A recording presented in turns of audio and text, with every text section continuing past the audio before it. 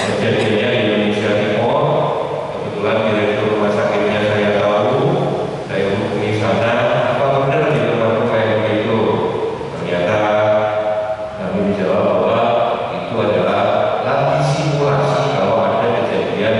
KIPI.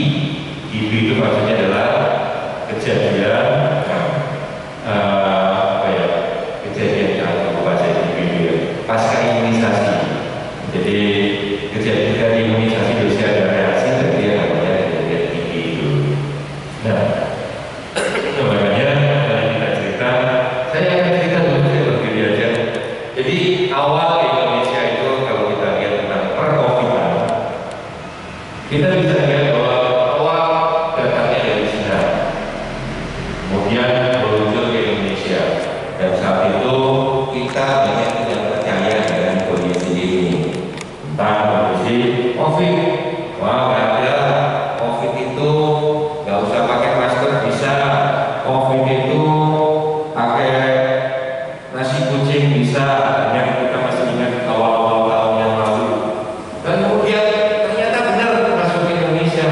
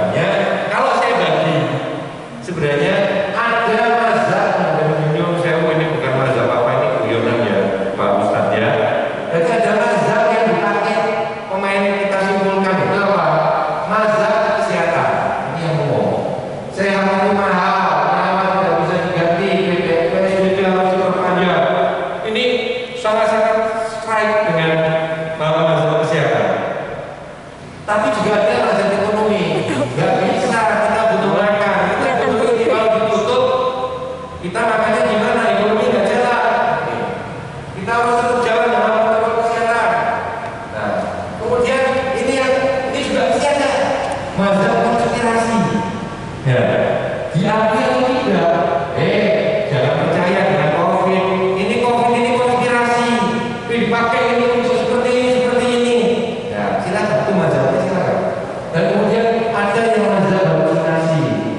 Nggak ada COVID itu rekayasa itu tim medis yang bikin. Itu di COVID kan supaya dapat duit. Kemudian nggak usah pakai masker, tenang. Yang penting kita ini percaya aja pada Allah sudah, karena nggak ada COVID itu. Nah, tapi semua mazhab ini mulai kesehatan ekonomi konspirasi halusinasi ini, ya apapun ini ada di tempat kita. Ya, makanya kan kita harus selalu berdialog supaya kita mendapatkan sesuatu yang sama. Makanya untuk mengenal musuh kita, apapun COVID adalah musuh kita. Apa karakter musuh kita? Apa kita harus tahu? Virusnya ada. Virusnya adalah punya RNA. RNA itu cuma tunggal, kalau DNA double. Kemudian virusnya itu sebenarnya tidak terlalu kuat. Dia mati dalam suhu 56 derajat Celcius selama 15 menit.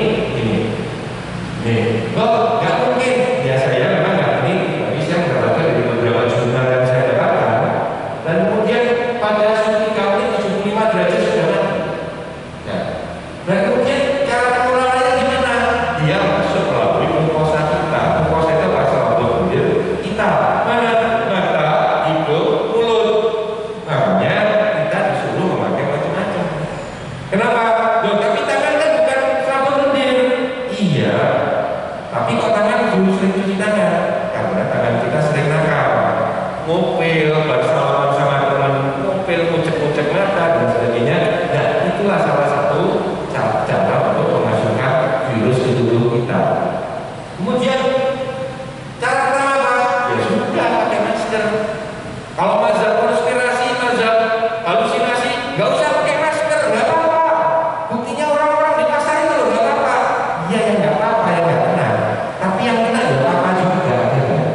Nah, kemudian kalau pakai masker, ini loh resiko-resikonya. Ini penelitian. Jadi silakan. Yang nggak percaya silakan, yang percaya silakan. Tapi penelitian jika lewatnya mulut, hidung, mata. Ya. Kemudian apa?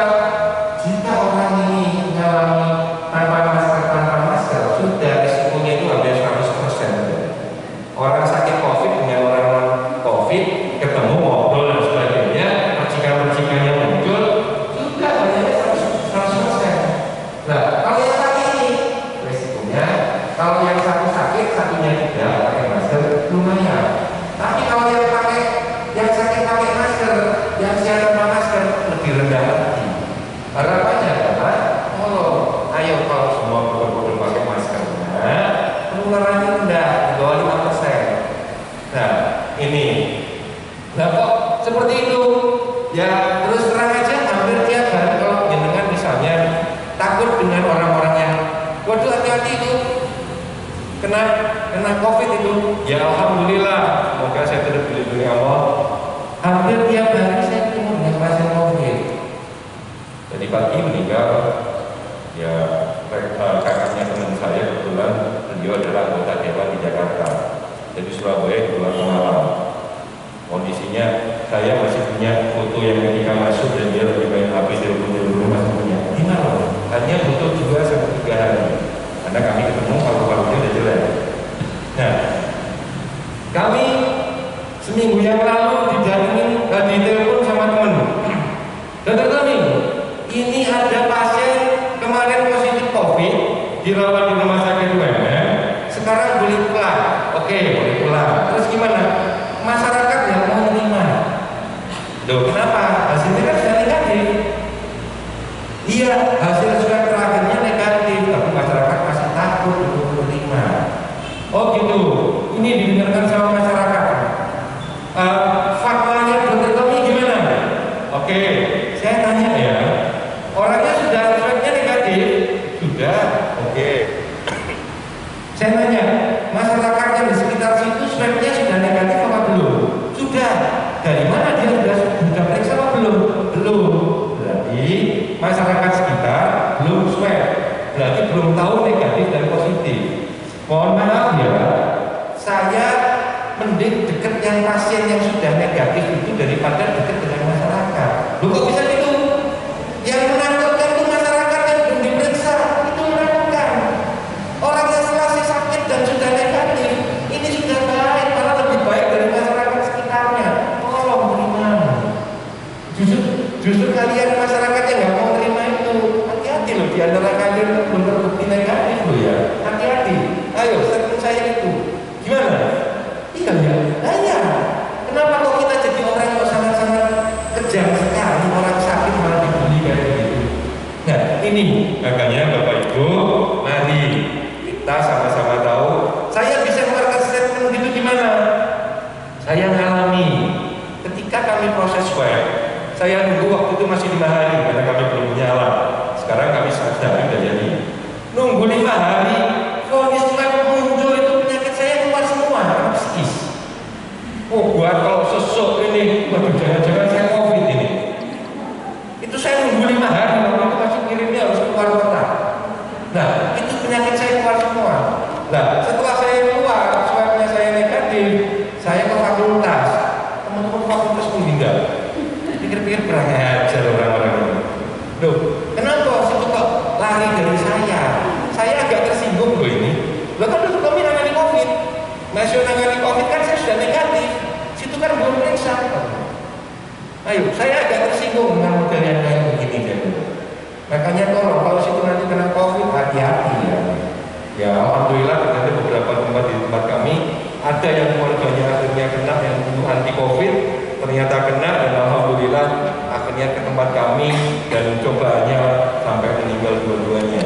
Jadi ya itu yang terjadi. Makanya selesai itu cuci tangan, masker, cuci tangan. Cuci tangan apa? Hand sanitizer. Ya, saran saya hand sanitizer itu cuma dipakai 5 kali, kemudian cuci tangan. Bagus mana cuci tangan sama hand sanitizer? Cuci tangan. Sabun tetap lebih bagus. Kenapa? Virus akan hancur dengan sabun. Berarti kalau saya cuci baju airnya harus saya panaskan? Tidak, cukup dengan deterjen itu virusnya sudah mati. Ya, mau dipanaskan? Ya nggak apa-apa, nambah biaya, kan gitu. Boleh, tapi nambah biaya. Nah, kemudian sampai cuci tangan ini jadi ikon. Kemana-mana saya cuci tangan, tapi nggak pernah disuruh makan. Ini ikonnya itu. Ya. Ikonnya seperti itu. Makanya kemudian ini yang sering masalah, pemeriksaannya apa? Dari dulu ramai tentang pemeriksaan. Alhamdulillah sudah mulai bergeser sekarang. Pemeriksaan dulu di rapid aja. Orang reaktif ngomongnya positif. Ayo kita pernah ingat dong? Rapidnya apa? Reaktif. Oh positif itu sudah ditinggal lama. Sudah dijauhi masyarakat. Jadi kita di pemeriksaan itu ada tipe rapid antibody, rapid antigen yang baru ini, dan PCR test. Akumulasi ya, rapid antibody dan antigen ini efektivitasnya cuma 10-30%. Loh, kok seperti itu? Dipakai untuk prasarat lebih banyak adalah untuk perjalanan atau namanya rapid itu adalah sweeping massal. Kami, kenapa saya bilang seperti itu? Kami sudah memeriksa di kampus kami 1.300 kami sweeping dengan rapid dan ketemu 20% yang reaktif. Dari 20% yang reaktif, kami periksa PCR dan ketemulah 1.300 warga dosen dan karyawan BUMN. Ketemulah 22 orang yang positif. Alhamdulillah hari ini tinggal 9 yang akan kita swab ulang, langsung kita tangani. Sehingga Pak, kami terbuka tapi dengan protokol. Yang kena 22. Beberapa kampus yang tertutup, ternyata korbannya lebih banyak lagi. Kenapa? Ternyata mereka lockdown dulu, kampusnya di lockdown ditutup, tapi orangnya ngider kemana-mana. Akhirnya korbannya lebih banyak lagi. Nah, makanya mari kita jaga seperti ini. Apa sih bedanya antigen, antibody sama PCR? Kalau antibody itu diambil di darah. Jadi virus corona itu banyak. Influenza itu corona, HIV corona, demam berdarah corona. Jadi kalau jenengan ini nanti kena flu,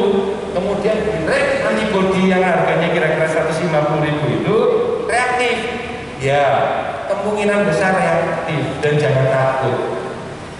Kenapa? COVID belum tentu. Virusnya corona, tapi corona tipe yang apa? Kalau ada virus corona masuk ke tubuh kita bereaksi, darah kita diambil, diteteskan ke tes rapid antibody, disitulah terjadi reaktif atau non reaktif. Reaktifnya apa? Ada antibodi dari virus kita. Virus masuk kan akan dilawan tubuh kita, mengeluarkan antinya. Nah, antinya itulah terdeteksi di tes antibodi reaktif. Ini bedanya, permulaan itu. Apakah corona? Belum tentu. Corona ya, COVID belum tentu. Paling 30% itu COVID-nya. Kemudian antigen. Yang antigen gimana caranya? Kita antigen itu di swab, biasanya disogok dah hidungnya. Dulu antibody, sekarang antigen. Mau perjalanan, sogok hidungnya. Nyari apa di situ? Karena virus ini nempelnya banyak di saluran pernafasan, dicari di situ. Ketemulah proteinnya. Proteinnya ditetesi. Nah, ketika ditetesi, terjadilah ada protein apa tidak? Ada. Oh, berarti positif. Kalau nggak ada, negatif. Berarti rapid antigennya negatif. Coronanya iya, COVID belum tentu loh ya. Akurasinya saya sudah coba itu kira-kira 30%. Karena kami sudah percobaan, kita pakai dua. Ini sama ini, satunya kita konfirmasi dengan tes yang paling utama, PCR. Hasilnya sekian virus negatif, beda ya. Yang ketiga, tes PCR. PCR ini apa?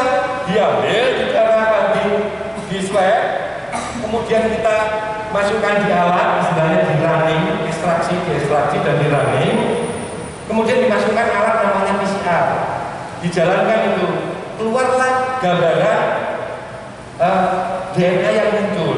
Nah, inilah makanya ini yang paling utama. Jadi bedanya 1, 2, 3. Makanya kalau ini, tetapi PCR bisa negatif nggak? Bisa kalau ngambilnya pas salah nggak ketemu, gitu loh. Tapi tanda klinisnya mengarah COVID kok negatif? Iya, mungkin yang ngambil pas salah, gitu loh. Nggak pas pada tempatnya, waktu kirani nggak ketemu. Makanya masyarakat sering ngomong, rumah sakit sering meng-COVID-kan. Kami itu ngeceknya nggak pakai PCR aja kok. Kami pakai rasionya limfosit neutrofil. Kalau demam berdarah, limfositnya mesti naik, neutrofilnya turun. COVID kebalikannya. Kita ngeceknya juga dari apa? CRP-nya, protein C reaktifnya. Kalau naik, berarti kerusakan di tubuh banyak. Kita nggak lihat itu aja, kita lihat ronsennya. Ronsennya kalau udah putih, banyak putihnya di lateral kiri kanan, ini COVID ini. Nah, masyarakat kalau kan katanya cuma ini, gitu loh. Ini yang jadi masalah.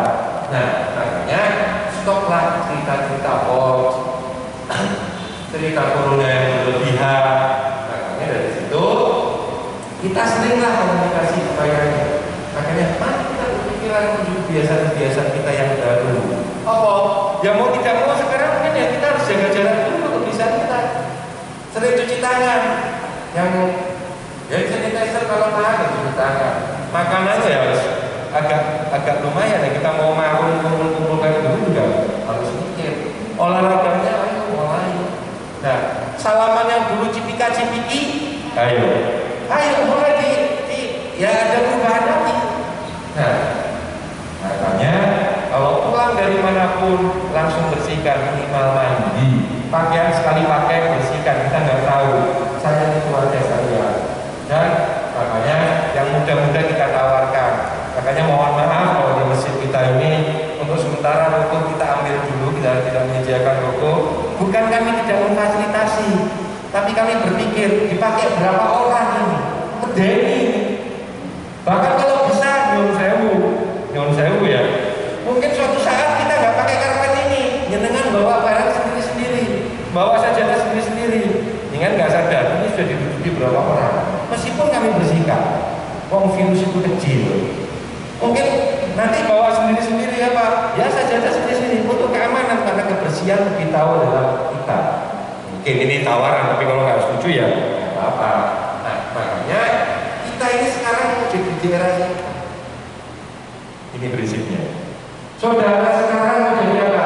Awal ketika COVID muncul, yang ada adalah zona ketakutan. Apa zona ketakutan itu? Beli borong masker sebanyak-banyaknya. Ingat nggak? Kalau masker sampai gila-gila. Rasa takut, ngapedi, paranoid, sering mengeluh, udah marah, langsung dapat info gak dikira kirim ke orang. Apakah kita masih masuk zona ketakutan? Sudah 1 tahun. Kalau kita sudah bisa melampaui zona ketakutan, kita masuk. Mari kita ke zona belajar. Mari kita mulai menerima kenyataan. Ini zona belajar kita. Mari kita, ayo, gak usah nyebar hoax. Katanya. Nah, kemudian ini ya, mulai mengenal diri sendiri, jaga emosi, nyadari situasi kita sekarang berbeda dengan yang lalu. Ini apakah kita sudah masuk zona belajar? Kalau kita sudah lolos dari zona belajar, kita akan masuk ke zona tumbuh, di mana kita bisa mengerti orang lain, kita bisa berterima kasih, apresiasi pada orang lain, kita bisa beradaptasi dengan lingkungan. Ingat, orang yang bisa bertahan hidup itu bukan orang yang kuat, tapi orang yang bisa beradaptasi. Ya. Kuat aja, kalau tidak bisa beradaptasi ya itu. Dinosaurus gaya-gaya kaya apa? Tapi yang mati juga. Kenapa? Karena dia nggak bisa adaptasi. Benar. Namanya, mari kita lihat diri kita. Kita sekarang zona ketakutan, zona belajar, atau zona tumbuh. Mari kita evaluasi untuk diri kita. Ya. Di sini, makanya mari kita berpikir bagaimana next normal setelah ini. Dulu sudah ada kata-kata new normal. Next normalnya apa? Nah, kita lihat sekarang. Semakin terkendalinya virus COVID dan sekarang ada di mana-mana. Suka tidak suka, entah teori apapun, mazhab apapun, kita harus waspada. Ini tengah yang akan kita sadari. Apa itu? Nah, kita sering ya, dengan keluarga, teman, kumpul-kumpul, meskipun tesnya negatif. Hari ini saya dites negatif, pulang saya ketularan bisa. Tapi ingat, virus ini tanda gejalanya muncul kira-kira 5-7 hari. Yang tren dulu anosmia, nggak bisa bau, nggak bisa ini, awal-awal nggak muncul, sekarang trennya ke sana. Jadi sampai guyon apa? Kopi itu bisa dipakai untuk deteksi dini virus COVID. Loh kok bisa? Iya, coba bikin kopi. Kemudian mambu kopi nggak mambu, kopi itu hati-hati. Guyon aja. Bahkan guyon entut itu juga bisa jadi definisi COVID. Coba entut di sebelahnya orang, bau nggak? Nggak bau, hati-hati. COVID itu namanya. Ya, makanya dari sini kita ini kemarin 17 Juni kita dapatkan, saya ambil data di kementerian. 17 Juni kita ambil 1 juta. Ya, konfirmasi. Ini data resmi. Yang nggak resmi saya akan lebih banyak lagi. Ambil 1 juta. Ya, yang sembuh lumayan, yang meninggal ya. Ini data pemerintah. Tapi namanya data pemerintah ini ya akurasinya dipercaya nggak? Realnya biasanya akan berbeda. Biasanya di lapangan lebih banyak, gitu loh. Tapi apapun ini harus kita perhatikan. Nah, makanya setelah ini muncul rame-rame apa imunisasi, vaksin semua. Dulu rame-rame orang bilang, ayo kita cari vaksin. Sekarang mulai muncul lagi juga yang lain. Nah, makanya dengan imunisasi itu kan kita itu kan sudah hafal ya. Dari kecil kita sudah diimunisasi. Apa yang terjadi? Imunisasi itu apa? Mengenali virus, melawan penyakit dengan memproduksi daya tahan tubuh kita supaya naik dan bagaimana meningkat. Jadi tubuh kita ini unik, kayak manusia kita ini. Kalau kita kenal sama seseorang, kemudian musuh, kita bertempur dengan musuh. Kemudian apa? Kalau kita menang, musuh yang sama datang, kita bisa lawan. Namanya antibodi. Jadi otomatis tubuh akan mengeluarkan sesuatu. Makanya kalau dengan dulu kita lihat anak sekarang dengan anak dulu. Kenapa sih anak sekarang kok ringkih, dikit-dikit sakit? Ya memang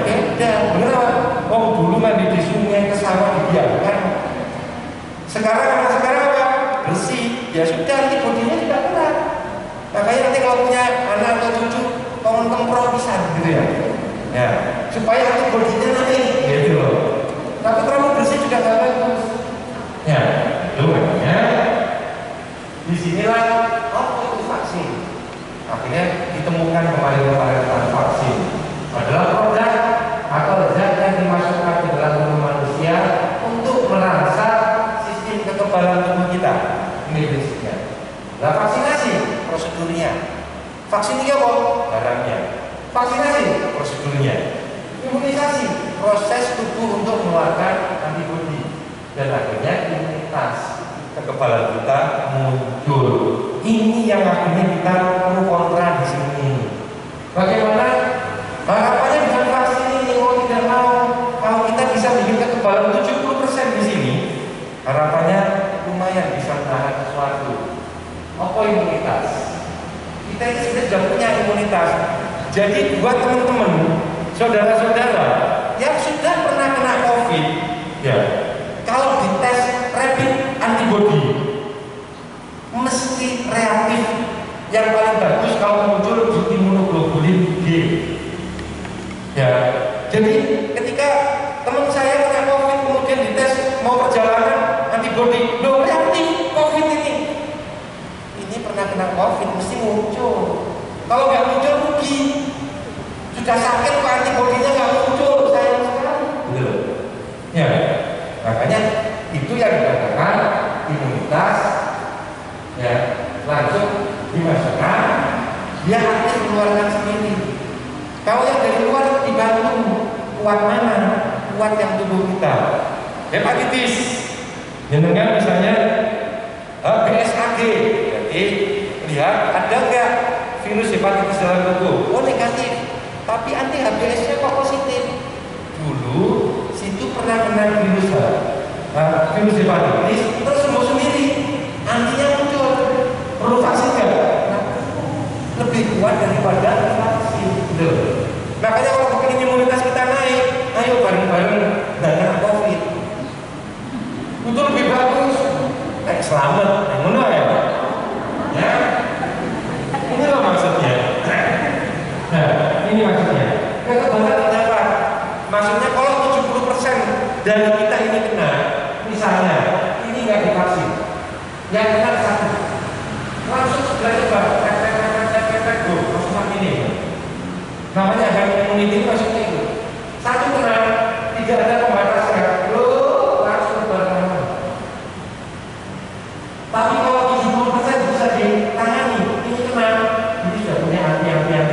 Yang belum pernah, yang belum punya anti, terlindungi oleh imunnya. Gitu loh maksudnya. Harapannya nanti dia akan naik-naik sendiri. Makanya efektivitas vaksin itu harus 70%, 50% pergi. Emang. Jadi maksudnya herd immunity itu. Kalau ada orang sekian, saya kena COVID, di sini belum ada yang punya anti, saya nulari 1, 2, 3, 4, langsung cepat. Tapi kalau ada herd immunity, saya kena, depan saya sudah punya anti, yang belakang nggak punya, sudah kapan ya? Itu konsep. Ya, konsep sederhananya ini. Makanya akhirnya dibikinlah analisa situasi di Indonesia itu. Nah, bagaimana ceritanya 74% itu setuju kok? Ada yang menolak? Ya, 26% menolak. Tapi yang setuju 74%. Ini saya ambil dari surveinya Indonesia. Bulan apa ya? September kalau nggak salah. Dan ini mohon maaf saya mencoba cara keagamaan. Agama apapun yang punya data di survei. Islam itu yang menerima 63%. Katolik Kristen 75, Buddha 70. Hindu 71, Konghucu 56%. Ini nggak punya agama, nggak mau jawab 40%. Ya, jadi ada perbedaan, ada yang nggak setuju tapi bisa nanti gitu loh. Oh itu salah, enggak. Kalau itu keyakinannya saya nggak mau divaksin. Jangan kita dari survei ini, dan kami harus hormati itu. Tapi kami juga harus cerita ini loh sebenarnya. Nah, kemudian tujuan vaksin ini juga yang jadi masalah. Kandidat siapa yang akan dipakai nanti? Nah, yang lagi rame kan Pfizer sama Sinovac. Ya. Bahan bakunya beda. Bahan bakunya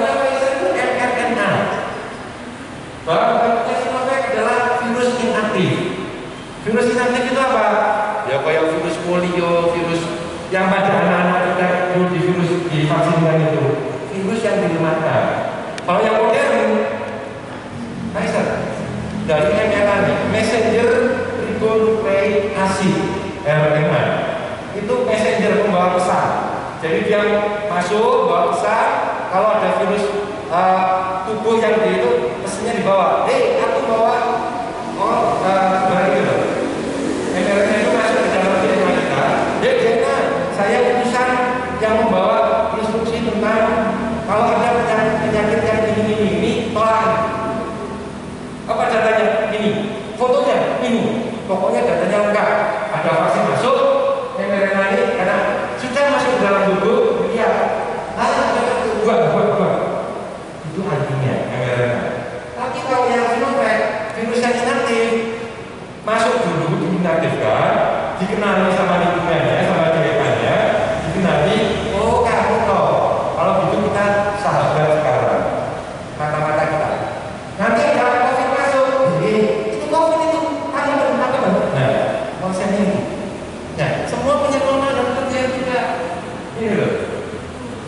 Ya, kelemahan virus kita lihat Pfizer mainnya di sini.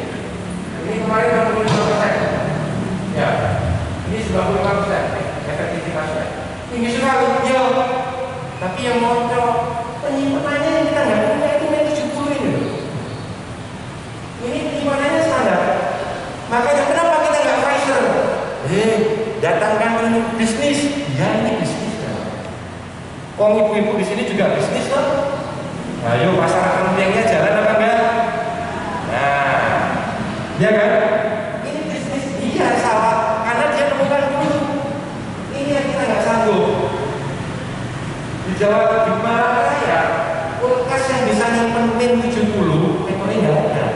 Jadi kalau kita nggak tambah ini, kita harus beli kulkas sebanyak itu. Nggak sanggup Indonesia. Ya mau coba, kita ini sudah miskin gitu. Ya sehingga kenapa kita dipilih yang ini? Meskipun ya efikasinya cuma berapa? 65%. Tapi efikasi 65% ini kira-kira gimana? Ya sudah, ibaratnya kalau saya kaya, hujan terus, ya saya penting beli payung yang besar dan jas hujan. Tapi kan duitku cepet. Biasanya itu yang itu ya gawe Presiden tidak mau salah, sing salah itu kenapa Indonesia kok miskin gitu? Ya, makanya efikasi itu nyebutnya gimana sih? Nah, ini loh sudah diuji dari yang pakai kosongan, virus kosong, sama yang virus benar. Kemudian dihitung, kenapa kok jadi 65%? Tapi standar WHO efikasinya adalah minimal 50%. Wes 65%, nggak apa-apa di sini. Ada yang tanya, lu kalau Arab pakai apa? Pakai Pfizer apa? Lu kenapa? Soalnya mereka bisa nyimpen dan bisa beli.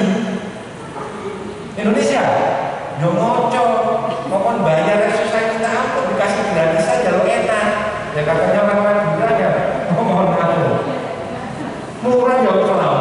Ya, makanya ini loh. Nanti penyampaiannya kira-kira 2 kali penyampaian. Kalau Sinovac nanti 2 kali pimpinan. Pfizer juga 2 kali, tapi 28 hari berikutnya. Tapi kalau Sinovac 14 hari. Dalam 2 minggu diulang lagi. Namanya booster untuk dinaikkan. Ya, nah makanya boleh digunakan. Meskipun prosedurnya kemarin ya kontroversi sih, tapi ketika pemimpin-pemimpin kita sudah menyatakan seperti ini, ya sudah, saya percaya. Betul-betul itu mau, saya nggak punya pilihan yang lain. Saya nggak mau vaksin, silakan. Saya di depan, 65% untuk melindungi saya kan lumayan loh, timbang aku kosongan, gitu loh. Jenengan boleh nggak pakai nggak apa-apa, aku nggak ketemu pasien, tapi saya tiap hari ketemu. Lek ono perisai cuma lengkap ya, alhamdulillah. Lek ono misalnya ini lumayan lah saya melindungi. Itu fungsi saya. Nah, makanya orang-orang yang sudah punya vaksin ini dia, kapan punya vaksin? Enggak. Punya biometrik ya. Pernah COVID, nggak usah vaksin dulu. Penyakit kuman paru sudah penyakit mana? Boleh. Ya. Lewat kita kita lihat punya dua penyakit epilepsi, dua penyakit gangguan sistem imun, ada nanti ketika mau vaksin di screening ulang, jenengan kan mengisi tes screening ulang, ada yang lolos, mungkin tapi harapannya ya, makanya kalau setelah divaksin nanti, yuk jangan langsung kurang, kita evaluasi paling sengaja. Kenapa? Kita lihat reaksinya, reaksi cepat atau namanya anafilaktik reaksi itu biasanya dalam waktu setengah jam sudah muncul. Kalau tidak ada reaksi yang lambat, apa yang muncul? Ya panas, geles ini. Kayak anak-anak kita dulu ketika kita vaksin kan digawani paracetamol loh. Nah, sama seperti itu reaksi itu. Nah, ini loh yang terjadi. Makanya Indonesia saya mau yang merah putih. Iya ini loh merah putih. Tapi belum selesai penelitiannya. Nanti itu akan pilih yang mana? Model ini. Ini mereka masih bukan paling cepat ini September. Katanya Juli. Tapi kelihatannya mundur sampai September. Paling cepat. Monggo pilih September, mau pilih sekarang. Cuma yang sekarang yang diutamakan adalah tenaga kesehatan dulu. Loh kami pilih cepat. Ya mungkin ada yang berbeda mungkin. Ya, makanya itu jangan percaya hoax. Banyak hoax tentang vaksin. Ini yang bikin sampai jadi giliran orang memperbesar penis loh, gitu loh. Pernah kan? Ada jurnalnya, kami evaluasi jurnalnya salah. Bukan jurnal benar, jurnal hoax. Nah, kalau punya hoax kabeh. Makanya mari kita yang ini lah. Kita di Paris menyebarkan berita hoax, orang menyebarkan berita fitnah menurut saya. Ya, makanya dari situ. Nah, mari kolaborasi masyarakat, vaksin, masyarakat, pemerintah, dan kita. Mari kita sama-sama kolaborasi. Terakhirnya apa? Mari kita dasari dengan iman kita. Ayo percaya bahwa penyakit ini ada, obatnya ada, imun kita harusnya dinaikkan supaya cepat sembuh. Gak ketularan. Kalau iman kita baik, imun kita baik, semoga kita jadi aman. Iman, imun, aman. Nah, ini yang jadi bahwa saya siap untuk tunggu seperti ini. Dan terakhir saya ceritakan ini hoax apa tidak. Neil Armstrong pernah melihat di bulan. Yang pertama, kata siapa? Ternyata ada ini. Ini tidak pernah terdeteksi. Siapa ini? Tapi Neil Armstrong katanya orang pertama melihat di bulan Neil Armstrong. Siapa bilang Neil Armstrong? Ternyata bocor klisenya di NASA, akhirnya diterbitkan orang. Ternyata yang mendarat pertama kali di bulan itu bukan Neil Armstrong, ternyata orang Indonesia. Ya, jadi ini yang pertama kali di bulan. Nah, kasih atas perhatiannya. Assalamualaikum warahmatullahi wabarakatuh. Waalaikumsalam warahmatullahi wabarakatuh. Dulu untuk pemateri satu, beliau adalah dokter sebagai wadir satu pelayanan rumah sakit Universitas Muhammadiyah Barat, dan juga beliau adalah ketua Satgas Covid Muhammadiyah. Sangat luar biasa pemateri pertama kali ini, dan pemateri kedua juga sangat luar biasa.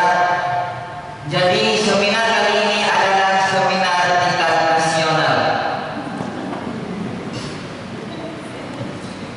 Jadi yang hadir pada kesempatan kali ini, para hadirin, para jemaah kajian, bersyukur banget karena ini adalah menyangkut atau berhubungan dalam kehidupan kita sehari-hari. Maka dari itu, ketika kita lagi tidak sehat atau lagi keadaan sakit, semua kegiatan, semua kesibukan kita akan tidak berjalan sebagaimana yang kita inginkan. Jadi kesehatan adalah merupakan ruh dalam kehidupan kita. Selanjutnya adalah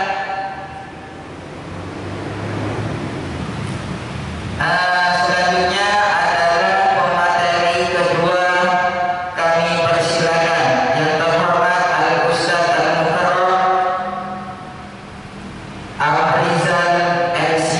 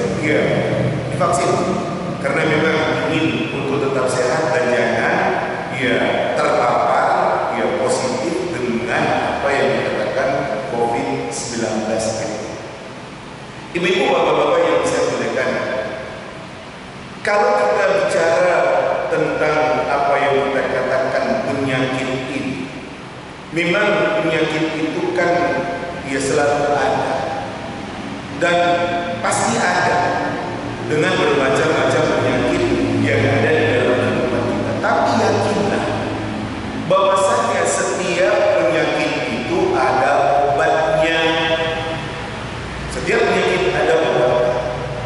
Karena memang ditegaskan oleh Rasul Sallallahu Alaihi Wasallam dalam beberapa hadis Nabi Sallallahu Alaihi Wasallam. Nabi mengatakan hadis-hadis yang berbicara tentang obat itu ya hadis yang tingkatnya sahih, hasan, dan bisa kita jadikan pegangan.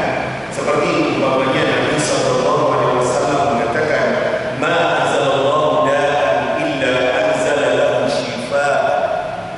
Allah tidak pernah menurunkan penyakit kecuali Allah turunkan juga obatnya. Hadis riwayat Al-Bukhari. Hadis yang lain Nabi mengatakan, "Likulli da'in dawa." Setiap penyakit itu ada obatnya. Fa idza musiba dawa'u bara'a biidznillah. Apabila obat yang ada kena pas dengan sasaran penyakit itu, seseorang yang sakit itu akan sembuh. Hadis riwayat Muslim. Demikian juga Nabi Sallallahu Alaihi Wasallam mengatakan, "Inna Allah lam yunzil da'an illa anzala lahu shifaa." Allah Subhanahu Wa Taala tidak pernah menurunkan penyakit kecuali Allah juga turunkan untuk itu kesembuhan. Alimahu man alimahu, taulah, mengertilah orang yang mengerti tentang itu. Wajahilahu man jahilah, dan tidak mengertilah tentang pengobatan atau penyembuhan itu orang yang memang gak mengerti. Kata Nabi SAW, pasti ada orang yang ngerti, yang gak ngerti, yang gak ngerti. Dengan arti kata yang ngerti berusaha untuk bisa mengatasi sakit yang ada. Nah inilah yang kita upayakan. Seperti yang dipaparkan tadi, ada vaksin untuk membuat kita bisa terbentuk. Ya, yang gak ngerti, yang gak menganggap ada penyakit ini ya seperti itu, akhirnya dia kena. Nah ini bapak-bapak yang saya berikan seperti itu gambaran dari hadis Nabi Sallallahu Alaihi Wasallam yang menjelaskan kepada kita bahwasanya setiap penyakit itu ada obatnya, dan obat yang ada, suatu yang ditekankan di dalam Islam adalah halal. Halal. Ya. Dan ternyata Majelis Ulama Indonesia mengatakan Sinovac yang ada yang sudah sampai ke tanah air kita ini halal. Iya. Dan thayyibah, baik. Kalau Allah katakan halal itu baik. Kalau Allah katakan itu halal itu baik. Allah tidak pernah mengatakan yang halal itu tidak baik. Nah, soal kecocokan atau tidak cocok itu memang kan berbeda-beda antara satu orang dengan orang yang lain. Ibu-ibu, bapak-bapak yang saya muliakan, cocok atau tidak cocok ya memang beda. Saya katakan dokter itu kan sudah punya pengalaman dalam memberikan resep obat kepada pasien yang ada. Dengan hasil diagnosa dan pemeriksaannya, akhirnya dokter memberikan obat kepada pasien yang ada. Ini obatnya. Ya, ternyata diberikan obat itu sembuh si pasien. Datang lagi pasien. Iya, pasien yang lain. Si dokter yang sudah punya pengalaman dengan keilmuannya, istihadnya yang kemarin-kemarin itu, ini obatnya ini. Ternyata pada pasien kedua nggak cocok. Dok, saya kok makan obat itu jantung saya kok, iya demikian keras gebarannya, nggak seperti biasa. Akhirnya dokter bilang stop. Iya, ternyata beda antara pasien pertama dengan pasien kedua. Pasien pertama ternyata cocok, pas ijtihad ilmu dokter itu di dalam upaya untuk menyembuhkan pasien yang datang kepadanya. Pasien yang kedua ternyata nggak pas. Nah itulah dia. Jadi kalau ada orang yang dikatakan nggak pas dengan dia, memang dia. Tapi apa yang kita katakan tadi, Majelis Ulama Indonesia, yang di situ ada ulama-ulama yang alim dan masukan-masukan dari ilmuwan terkait dengan hal ini adalah ahli-ahli terkait dengan virus, dokter-dokter, profesor-profesor dengan penelitiannya sudah yang memberikan masukan bahwasanya ini boleh, dan akhirnya Majelis Ulama mengatakan halal. Nah halal, kalau sudah dikatakan halal, ya halal. Nah ibu-ibu, bapak-bapak yang saya berikan, mau bilang apa lagi kita? Kalau memang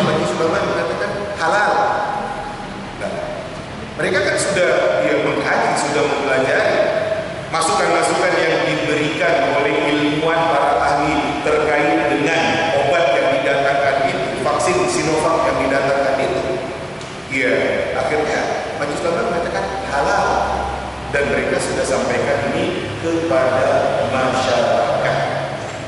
Ibu-ibu, bapak-bapak yang saya sampaikan dengan satu kesimpulan, kalau halal ya halal. Ya, kalau halal ya halal. Secara umum kita katakan itu pas, cocok. Kalau ada yang tidak pas atau tidak cocok pada 1-2 orang, itu persentasenya pasti sedikit kecil. Yang lebih banyak cocok. Nah, kalau nggak cocok, saya katakan pasti bereaksi. Jokowi yang kemarin itu disuntik vaksin, kalau memang nggak cocok, pasti di rumah dia tuh pingsan, pasti di rumah dia itu dengan keluar-keluar. Nah, ternyata kan sebagai presiden dia tetap aja dengan aktivitasnya, berarti nggak apa-apa. Tuh Raffi Ahmad itu baru dia divaksin, malamnya dia sudah dengan pesta, kumpul-kumpul dengan teman-teman. Nah, kan? Jadi seperti yang kita katakan tadi, sudah ada penegasan dari Majelis Ulama Indonesia bahwasanya itu halal. Iya. Nah, nanti kan akan sampai kepada kita sebagai warga negara untuk divaksin. Ya, ibu-ibu, bapak-bapak, tadi sudah dijelaskan oleh Dr. Tantowi. Kan ada mazhab-mazhab yang terkait dengan menanggapi vaksin ini. Ada yang disebut mazhab kesehatan, ada yang disebut dengan mazhab ekonomi, ada mazhab konspirasi, ada mazhab halusinasi. Ya kan? Ibu-ibu, bapak-bapak masuk yang mana? Iya. Apakah dia terikut dengan yang konspirasi atau halusinasi itu? Saya katakan sebenarnya masih ada satu mazhab agama. Mazhab agama itu bagaimana mengakui objektivitas kebenaran keilmuan dan tetap dengan prinsip keimanan Tuhan. Ngaku dengan objektivitas keilmuan yang dikatakan oleh para ahli, tapi saya sebagai seorang beriman punya prinsip-prinsip keimanan di dalam menghadapi dan menyikapi pandemi yang ada ini. Nah, ini yang kita harus miliki. Ya, kalau orang kesehatan kan sangat hati-hati sekali, sangat hati-hati sekali. Saya ada pengalaman, saya ingin silaturahim kepada seorang dokter, ditolak. Gak usah dulu Ustaz, gak mau beri saya. Padahal saya akan dengar dia, gak usah dulu Ustaz. Ya nanti kalau perlu biar aja saya, beri saja saya. Gak mau terima. Saking hati-hati. Orang kedokteran saya hati, orang kesehatan sangat hati-hati sekali. Tanya pahit sangat hati-hati. Senyatanya memang iya, karena dia tahu. Iya. Tapi nanti kata Dr. Tommy tadi, kalau saya sudah divaksin, saya merasa lebih percaya. Ya, karena dia sudah mendapatkan antibodi imunitas yang akan membuat dia lebih kuat dibandingkan bila belum divaksin. Jadi senyatanya secara keilmuan seperti itu. Nah, ini bapak-bapak yang saya muliakan, kita sebagai seorang yang beriman kepada Allah Subhanahu wa Ta'ala akan selalu memadukan antara objektivitas keilmuan yang ada dengan prinsip-prinsip iman yang dikatakan oleh Allah dan Rasul Sallallahu Alaihi Wasallam. Dan sebagai seorang beriman, kita harus seperti ini. Ya, ini yang dikatakan kita betul-betul dalam menyikapi yang ada ini objektif, bukan membantahnya karena memang ada nyata. Tapi kita sebagai seorang beriman harus punya prinsip-prinsip iman di dalam menyikapi apa yang kita katakan ini pandemi, ini wabah. Nah, saya katakan pertama, usaha kemanusiaan kita, ikhtiar kita, kita lakukan. Kita lakukan semaksimal mungkin. Ada protokol kesehatan yang dianjurkan kepada kita, 3M yang disebut. Pakai masker, cuci tangan, menjaga jarak. Iya. Kita katakan Ya, ya. Agar kita ini terhindar dari apa yang kita katakan ini wabah. Kemudian untuk imunitas diri kita itu, saya pinjam itu Dokter Tirta yang bengak-bengok di media sosial itu, makan katanya. Ya, kan itu yang sudah makan. Ini sudah makan itu memang untuk membuat kuat, bergizi. Ya, tambah lagi dengan vitamin macam-macam. Itu, dia katakan seperti demikian. Saya katakan juga berolahraga. Oh, ada dikatakan jemur. Waduh, sekarang kita ini nggak ada bisa jemuran. Kayak tadi ada matahari, kemudian matahari lah. Jemur, aduh nggak bisa jemur. Lagi itu istirahat yang cukup, tidur cukup. Iya. Nah, jiwa yang tenang, kan gitu. Ya, di dalam menyikapi apa yang kita katakan pandemi tanpa kekhawatiran yang berlebihan, kecemasan yang berlebihan, ketakutan yang berlebihan. Nah, ibu-ibu, bapak-bapak yang saya berikan, kemudian doa, saya bilang, saya termasuk orang yang sangat menekankan wirid pagi dan wirid sore itu agar menjadi amalan di dalam kehidupan kita. Jangan tinggalkan itu, karena itu adalah permohonan kita kepada Allah Subhanahu wa Ta'ala, harapan kita dan perlindungan kita kepada Allah Subhanahu wa Ta'ala. Ibu-ibu, bapak-bapak yang saya muliakan, dari potongan wirid pagi yang ada itu, kan itu ada bunyinya, Rabbi as'aluka khaira ma fi hadha as-sabah wa khaira ma ba'da wa a'udzu bika min syarri ma fi hadha as-sabah wa syarri ma ba'da. Ya Allah, ya Tuhan, aku minta kepada Engkau kebaikan yang ada di pagi hari dan berikutnya. Aku berlindung kepada Engkau, ya Allah, dari kejahatan yang ada di pagi hari ini dan berikutnya. Artinya, ya Allah, kalau ada yang baik-baik yang akan menyenangkan saya, tolong diantarkan kepada saya. Kalau ada yang tidak baik yang mungkin akan mencelakakan diri saya, tolong itu dijauhkan dari saya. Nah, apa yang kita katakan COVID-19 itu kan dia sangat halus sekali. Iya. Dari mana dia? Kita nggak tahu. Tadi dikatakan karpet ini kena sudah dibersihkan oleh takmir umpamanya. Jangan-jangan ngandung. Ini mic ini dipakai oleh banyak orang. Jangan-jangan saya kena. Lah kan seperti itu. Tapi saya mohon kepada Allah Subhanahu wa Ta'ala agar saya dilindungi oleh Allah Subhanahu wa Ta'ala. Ya kan seperti itu. Demikian juga potongan doa dari wirid pagi atau wirid sore itu. Allahumma ihfazni min baini yadayya wa min khalfi wa an yamin wa an shimali wa min fawqi wa a'udzu bi 'azamatika an urtada min tahti.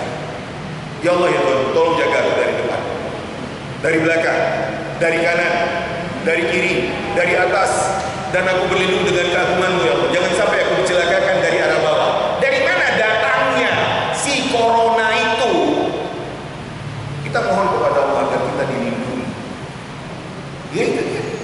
Tambah lagi, Allahumma afini fi badani, Allahumma afini fi sam'i, Allahumma afini fi basari, la ilaha illa anta. Ya Allah, tolong berikan keafiatan pada tubuh, pada pendengaran, pada penglihatan. Tidak ada Tuhan yang berhak disembah kecuali Engkau. Itu doa. Bahkan saya garis bawahi lagi, saya tekankan lagi, ibu-ibu, bapak-bapak yang saya muliakan, doa kunut itu baca. Kalau ibu dan bapak umpamanya saya nggak kunut subuh, yang kunut subuh ya sudah mengamalkannya. Yang tidak kunut subuh, habis sholat subuh baca itu doa kunut subuh itu, saya bilang indah sekali isinya. Iya, saya cuplikan. Kalau aku, Allahumma hdini. Kalau kami, Allahumma hdina. Allahumma hdina fi man hadain, wa afina fi man afain, wa tawallana fi man tawallain, wa barik lana fi ma atain, wa qina syarra ma qadain, fa innaka taqdi wa la yuqda alaik, wa la yadhillu man walain, wa la ya'izzu man adain, tabarakta rabbana wa ta'alain. Saya hanya garis bawahi, wa barik li fi ma atain. Tolong berkahi kami, wa barik lana fi ma atain. Tolong berkahi kami, ya Allah, pada apa yang sudah Kau berikan. Wa qina syarra ma qadait. Ini dia potongannya. Tolong jaga kami, lindungi kami dari keburukan apa yang Kau putuskan.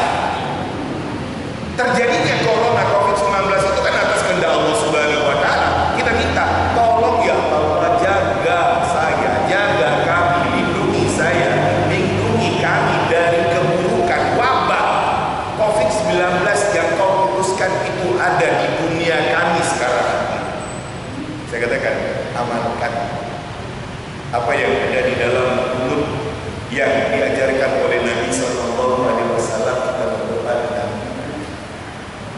ibu-ibu, bapak-bapak yang saya muliakan.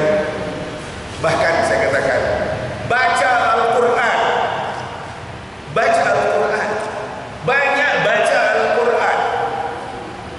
Saya coba memperhatikan beberapa kitab tafsir yang ada pada diri saya tentang Al-Quran yang dikatakan oleh Allah Subhanahu wa Ta'ala sebagai syifa, sebagai penyembuh, sebagai penawar. Di beberapa ayat Al-Quran, Allah Subhanahu wa Ta'ala menyebutkan tentang Al-Quran yang syifa. Potongan ayat Allah Subhanahu wa Ta'ala yang tercantum di dalam surat Yunus pada ayat yang ke-57. Allah katakan, ya ayyuhan nas qad ja'atkum mau'izatun min rabbikum wa shifaa'un lima fis sudur wa hudan wa rahmatun lil mu'minin. Wahai manusia, sungguh telah datang kepada kalian suatu mau'izah, suatu nasihat, pelajaran dari Tuhan, dan syifa lima fis sudur, dan yang akan menyembuhkan apa yang ada di dada kalian, di hati kalian. Wa hudan wa rahmat, petunjuk dan rahmat Allah lil mu'minin, bagi orang-orang yang beriman. Ini satu ayat. Ayat yang lain pada potongan ayat Allah Subhanahu wa Ta'ala yang tercantum di dalam surat Al-Isra ayat ke-82. Allah katakan, wa nunazzilu minal Qur'an ma huwa shifaa wa rahmatul lil mu'minin. Kami turunkan dari Al-Quran yang ada, Al-Quran itu syifa dan rahmat bagi orang-orang yang beriman. Demikian juga dalam surat Fussilat pada ayat ke-44, qul huwa lil ladzina amanu hudan wa shifaa. Katakan ya Muhammad, itu Al-Quran bagi orang beriman adalah sebagai petunjuk dan sebagai penyembuh. Saya coba kejar penafsiran tentang syifa ini, dan saya jumpa di dalam tafsir Al-Wasit yang ditulis oleh Al-Ustaz Ad-Doktor Wahbah Zuhaili. Di situ beliau di dalam menjelaskan syifa, saya kutipkan redaksinya, bal fihi syifa minal amra. Pada Al-Quran ada penyembuh dari berbagai penyakit. Saya setelah ia membaca, Masya Allah, jadi saya katakan, baca, banyak baca Al-Quran. Orang yang selalu dengan Al-Quran akan dalam perlindungan Allah selama dia di dalam menjalani hidup ini, karena dia selalu bersama dengan malaikat. Hadis Nabi mengatakan, alladzi yaqra'ul Qur'an wa huwa ma'yun bihi fa huwa ma'as safaratil kiramil bararah. Orang yang membaca Al-Quran dan dia mahir dengan Al-Quran, lancar dengan Al-Quran, dia akan selalu bersama dengan malaikat yang selalu berkeliling, yang mulia, yang baik, selalu dengan Al-Quran, tidak pernah lepas dari Al-Quran, akan ada dalam perlindungan Allah Subhanahu wa Ta'ala, karena kita selalu bersama dengan malaikat yang melindungi itu. Jadi ibu bapak-bapak yang saya katakan seperti demikian. Nah, kemudian tambahlah amalan-amalan yang lain, sholat malam, sholat tahajud, puasa sunnah, dermawan, suka beramal, agar hidup kita selalu dengan kemudahan-kemudahan dari Allah, karena Allah mengatakan seperti demikian. Fa amma man a'ta wattaqa wa saddaqa bil husna fasanuyassiruhu lil yusra. Adapun orang yang selalu memberi dalam kurung dermawan, dia bertakwa kepada Allah, ikhlas, dia membenarkan janji baik Allah, yakin akan balasan baik Allah atas kedermawanan yang dilakukan. Untuk orang yang seperti itu, kata Allah, fasanuyassiruhu lil yusra, kami akan mudahkan dia terhadap berbagai kemudahan.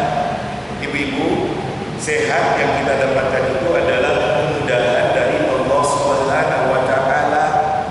Makanya kita harus lebih banyak mendekatkan diri kepada Allah Subhanahu wa Ta'ala. Ibu-ibu, bapak-bapak yang saya katakan seperti itu. Kalau kita sudah berusaha, sudah dengan maksimal upaya kemanusiaan kita seperti yang dijelaskan oleh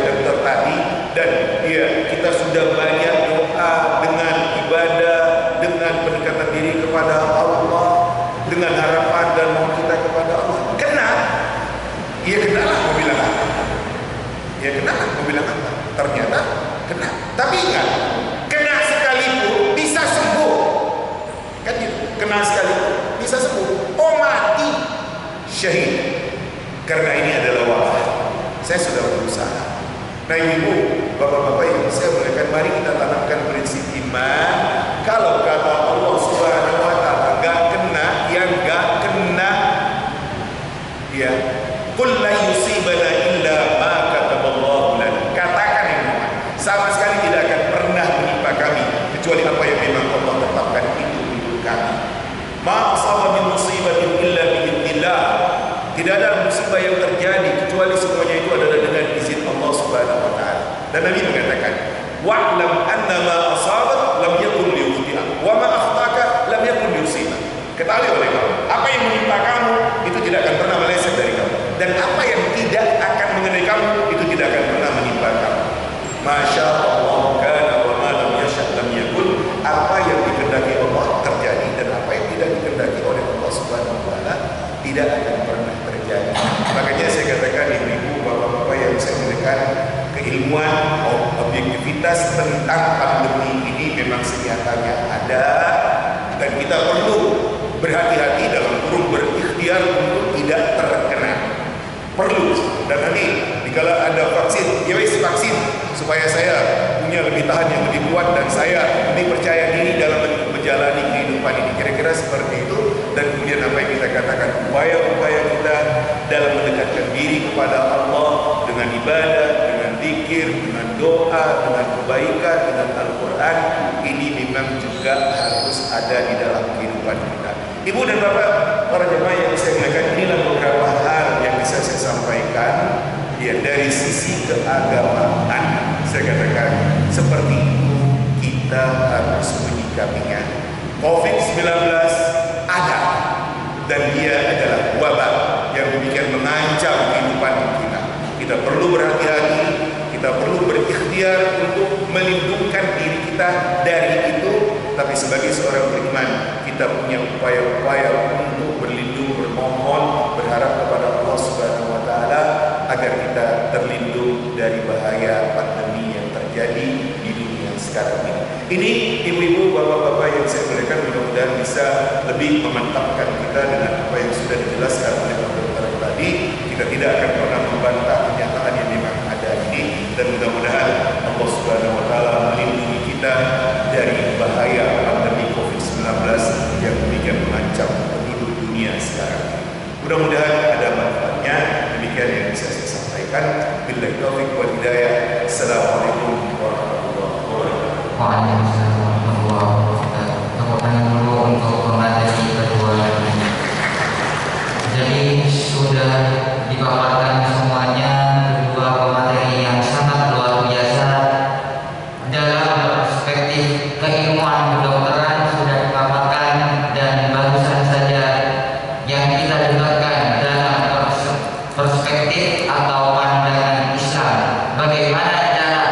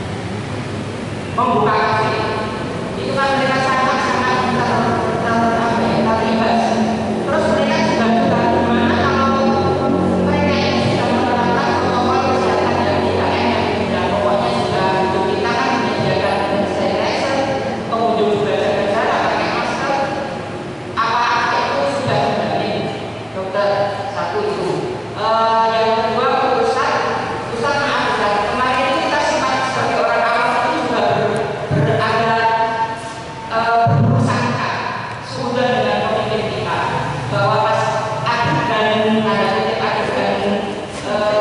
Pak Jokowi itu divaksin, kita sebelum mereka tidak divaksin Sinovac, mungkin atau apalah, mungkin vitamin C atau mungkin vaksin yang mahal itu, apakah itu dosa Ustaz kalau kita seperti itu prasangka tidak baik dengan ekonomi ini? Terima kasih. Baik, untuk pertanyaan selanjutnya dipersilakan.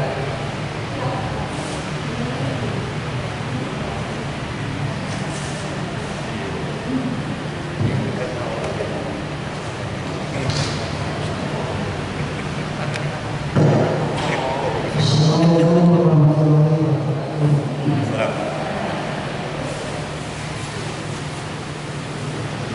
Mohon maaf kami di kasus itu tentang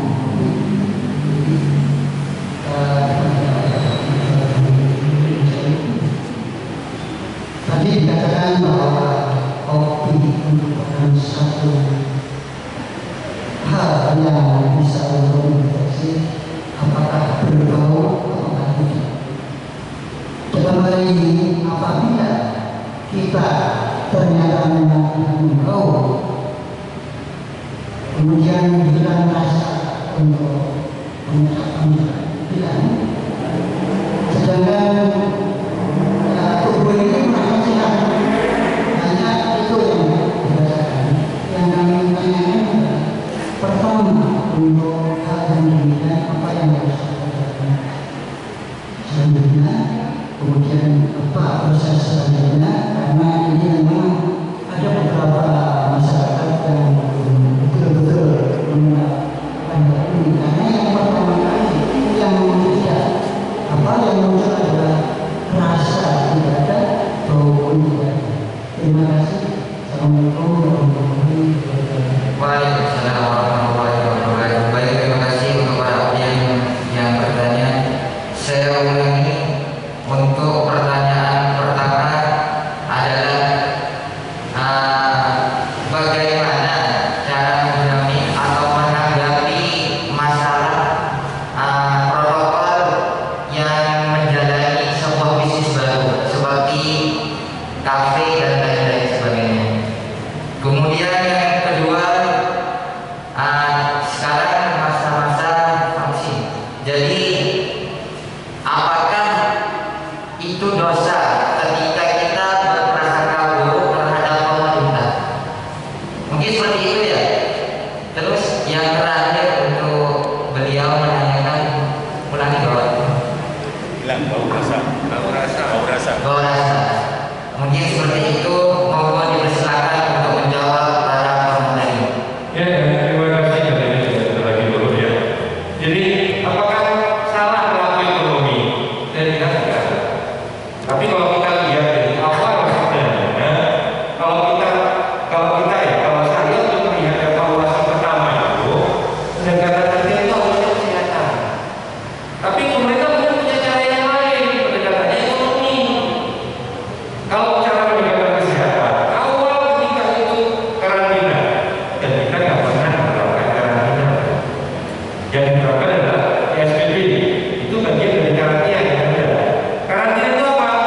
Semua ditutup, semua nggak boleh aktivitas keluar. Yang keluar adalah negara, mungkin polisi militer, yang keluar ditanggal, tapi semua makanan sekalian binatang itu ditanggung oleh pemerintah.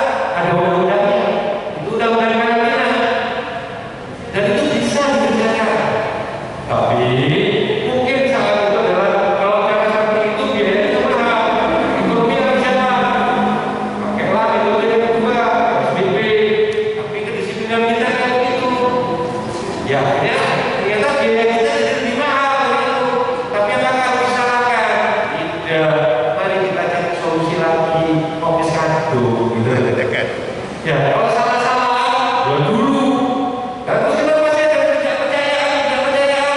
Ya kita nggak tahu, kita bisa rasakan di mana posisi kita sekarang. Kira-kira kita sering dibohongi atau tidak? Gitu. Sehingga ketika masyarakat mau mengeluarkan sesuatu, ada apa sih ini? Tapi mari kita berpikir optimis saja. Mari kita cari benar, jangan cari salah dulu. Ya, kalau cari salah,